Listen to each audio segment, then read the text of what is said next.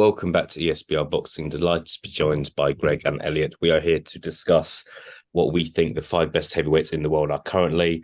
Plenty of room for debate between both of you gents. Really looking forward to getting stuck into this one. The most talked about division at the moment, not necessarily for the right reasons, but looking forward to getting some opinions from both of you. Greg, we'll go straight into it. I'll start with you. Who comes in at number 5 on your list?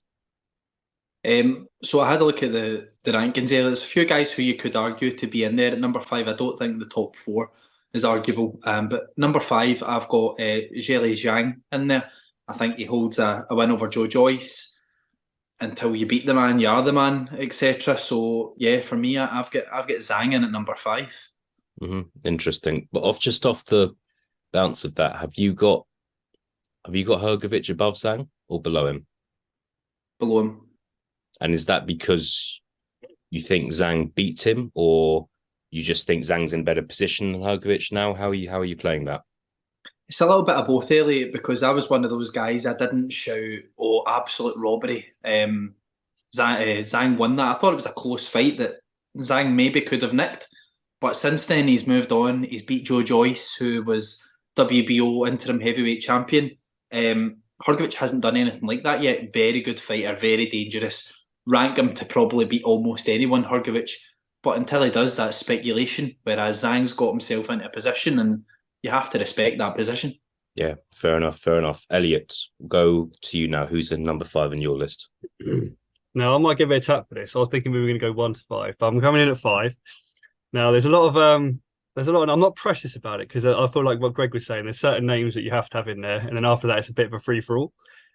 But I'm getting on the hype train. I've gone with Martin Bakole. Fair enough. And the reason I've gone with that is, you'll say that some of the names I've left out, I think Bakole will beat. I'm not saying he's got the CV that's like in there, but obviously I've seen that victory over Yoka recently was enough for me to put him actually above some of the other guys.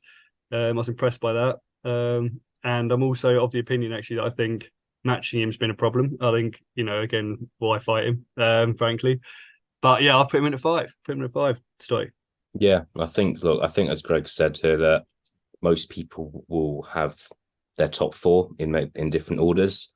They'll have the same top 4, but like maybe number 5 is debatable amongst a lot of people. So we'll see. I don't know, with Bakole, just want to see him active. He's a fantastic win against Tony Yoka, but I think it's time we just kind of want to see what else this guy can do. And hopefully, I don't think he has a fight scheduled at the moment, but hopefully we can see more of him over the next 12 months. Greg, I'll go back to you. Getting a bit more serious now. Who's in number 4 on your list? It's a tough top 4. I think we all know who the top 4 is, but for me, in number 4, I've got Anthony Joshua at number 4. Okay, and give me your look. I think give me your thoughts process. I think I don't think it's going to surprise many people. The other 3 in certain order are going to be Alexander Usyk, Tyson Fury, and Deontay Wilder. I don't know if anyone doesn't have that top 4. If so, then I'm largely mistaken. Why have you gone for Joshua at 4, Greg? Well, I couldn't make up my mind whether I was going to rank Joshua at 4 and Butterbean at 3 or vice versa, but no, I'm joking. I've got Joshua at 4 just purely because I feel that ever since the second Usyk losses, maybe he's been back the way a little bit.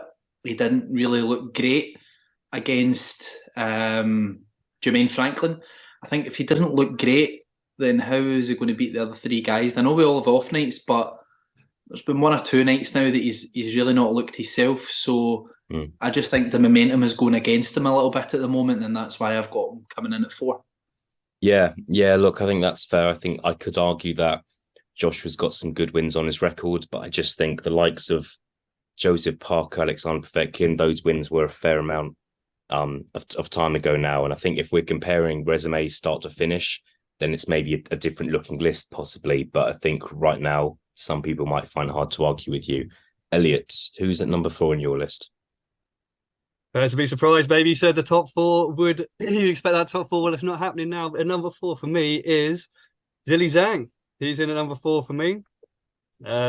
I don't know if you want me to talk about my top three, maybe or not, but who I've left out here. But I've got Zhang in because recent activity. Obviously, we've seen him fight Joyce. We saw him beat Hrgovic. I've got it was a close fight, but he won that fight. Well, no, you And I didn't. feel like some of the the name I've left out, frankly, has been in decline for a long time, and I just feel like that's an inflated record that doesn't necessarily do justice. Been very well promoted, over promoted, but I think he's finished, frankly.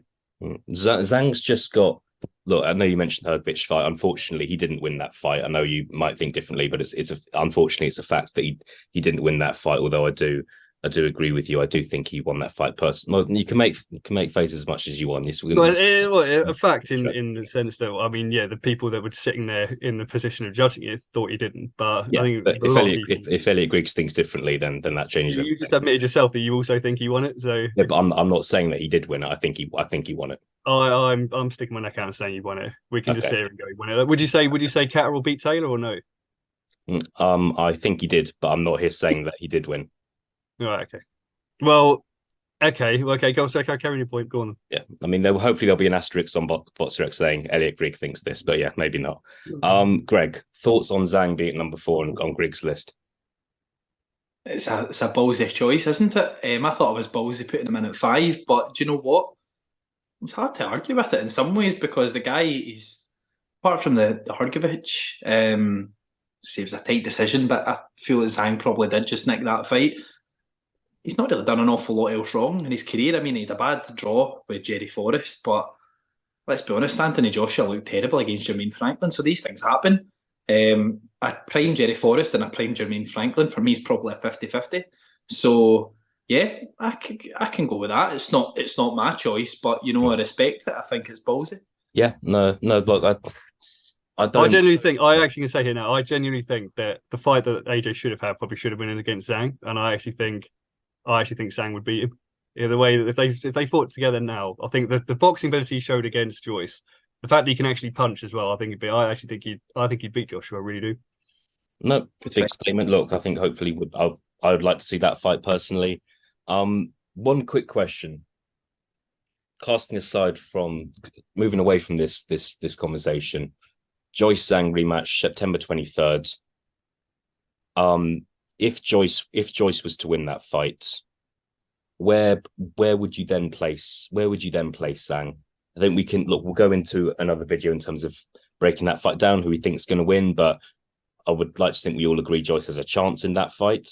I'll go to Elliot, I'll go to you first. Joyce beats Zhang September 23rd in the rematch. Is Zhang still in your top 5? Is he kind of in your closer down to number 10? Where do you think he would be?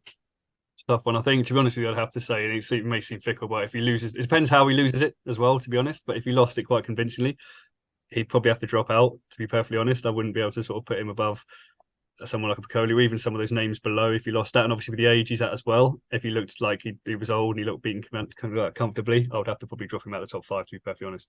Yeah. And Greg, same question. I know. Well, you have got Zhang at 5, but if he did lose that rematch, where would he be on your list then? Do you think? Yeah, like Elliot Grigg said, Elliot, I think for me it depends if he loses, how he loses. But for me, I think he's still top 10 because that's 2 top guys fighting each other in the heavyweight division. Does he beat Daniel Dubois, Zhang, still, even if he loses to Joyce? I think he possibly does. There's another couple of guys in the top 10 that I think it could beat. So I think he's still anything between 6 to 10 for me. Yeah, I think with Zhang, I don't want to go too off topic here, but I think that I want to see someone who is able to beat him, apart from Hrgovic, obviously. But you do want to see someone who's actually got that ability to do that, because he's not an elite heavyweight, in my opinion. So yeah, we'll see if that can happen against Joyce or against someone else. Greg, back to you. Who is number 3 in your list? Number 3 in my list is Deontay Wilder. I think Deontay Wilder's losses are to Tyson Fury. I think you can't really take too much away from them. There were 3 good fights. I think the second one he was fairly dominated in, but the first and the third, they were very, very good, competitive. So yeah, Deontay Wilder, he's my number 3, Elliot. What if I was to argue? What would your response be if I argued against you and said Deontay Wilder's monstrous puncher, nearly won 2 of those Tyson Fury fights, still a top heavyweight, but unfortunately, he hasn't registered many big names on his records. You could argue that Anthony Joshua has a better resume than him. You could argue Zhilei Zhang has a better resume than him, with those fights against Joyce and Hrgovic. What would your response be to that? Deontay Wilder, fantastic heavyweight, but his resume doesn't quite match up. He's kind of beat Luis Ortiz, Malik Scott, Audley Harrison. I'm struggling a bit here, but what would your response be to that, Greg? Yeah, there is guys who maybe do have better wins on the record, but if you're asking me, do any of these guys go in and not get knocked out by Deontay Wilder, then the answer is probably no. I think he does knock most of them out. He's got a few decent wins on his record. They got better the more things went along. Dominic Breazeale wasn't a bad win. The first win against Bermane Stiverne wasn't a bad win. But yeah, I agree with you. There's guys who have maybe got slightly better resumes than him, but I'm going to be honest with you. Let's see, apart from Anthony Joshua and I suppose you can't really say Usyk, but apart from really Anthony Joshua, Tyson Fury comes into that now. Yeah, I'm struggling for heavyweights that have got, you could say, wow, he's got a great resume, you know? So it's debatable, I suppose, but I can understand where you're coming from. Yeah, completely fair. Completely fair. Elliot, who's number 3 on your list? I'm not precious about 2 and 3, but in at 3, I have put Alexander Usyk. Now, the reason I put Alexander Usyk in at 3 is simply because I think the guys at 1 and 2 I would favour to beat him potentially. And the reason I say that is not necessarily on boxing ability. I think if I had to get into boxing ability, I'd have Usyk as number 1. But I just think the size difference and being up at heavyweight, I think would count against him. Unless he's not stopped anyone at heavyweight thus far. Granted, he's obviously fought AJ, but I don't think he's going to have that sort of power that's going to stop either of the top 2, frankly. And I just feel like when you're talking about Wilder's power there, I mean, I think he's 5-inch reach advantage and like 4 or 5 inches taller than Usyk as well. And I just make his kind of style. I'd love to see it. I'd love to see that fight, frankly. And whoever did win that fight, I would put in it too. But I'm edging slightly towards Wilder just for the sort of power that he has, frankly. So I'll put Usyk down at 3. Yeah, no, fair enough. And are you basing that off, like, if you look back at what Greg was saying in regards to Wilder, you know, regardless of resume, he thinks he beats X, Y, and Z. Have you got the same sort of mindset there, where regardless of who's beating who, you think that Wilder possibly beats Usyk? It's that, and it's also the fact that I think, like, granted, he obviously lost twice to Tyson Fury, but also that draw against Fury. Granted, Fury was obviously out of condition, but that's still actually a marquee result in some ways that the other heavyweights don't necessarily have on their CV. You say it's a draw, he obviously hasn't won, obviously, but it's like it's still up there and still weighted in that way. And like he says as well, Ortiz, you don't know how old he is, but it's still a credible win. We haven't seen Ortiz fight, obviously, the other guys either. Breazeale, fair enough. Obviously, Breazeale's been the rounds, but it was the way he stopped Breazeale as well, wasn't it? It was like, first round, good night. And like he says, the Stiverne one as well. Not obviously the second time around, not great, but the first time around, yeah, it was more of a credible win. So I think in some ways, it's kind of true, but in some ways, I think it's a bit harsh that he kind of constantly has this sort of like this, this reputation of just fighting absolute bums. When you can look at Tyson Fury's record, you can look at like Anthony Joshua's stoppage record, you can look at like some of those guys. I'm not including Usyk in that because he has got a legitimate record, but like you can look at a lot of those heavyweights who just don't fight each other. They refuse to fight each other. Yeah, that's why you end up getting like what we've got this next round, of heavyweight fights we're supposedly having where Fury's fighting God knows who, and the Dubois Usyk fight, all these sort of things where they don't fight at the right time. So it's hard in some ways to, like Greg said, and I agree with him, to get a CV, we look at it and go, that's a really top notch CV, well done. Yeah, and I think, look, thinking about it, if these heavyweights fought each other, maybe we wouldn't need to be making videos like this, but we're in this predicament because we've not seen so many of these guys fight each other, and we possibly never will. We possibly will be debating about this until the end of our lives. Greg, coming close towards the end of this video now, who's at number 2 on your list? Number 2 for me is Tyson Fury. Mm-hmm. And is that just down to, we putting that down to resumes, who you think wins, amount of titles him and number 1 on your list have got? What are you putting it down to? It's both for me, Elliot. I get that give my number one away, but I think we know what I'm going to say. Yeah. But if you look at the person that I've got at number one, which I'll come to, they've got a better resume than Tyson Fury, albeit maybe a weight lower. They hold more titles than Tyson Fury. Yes, based on ability, he's got every chance of beating the number one, but I think number one stylistically is a nightmare for him. An absolute nightmare. He's not a big 17, 18 stone guy that he's going to get a lean on and bully. That's the guy who's going to be active on his feet and moving and moving.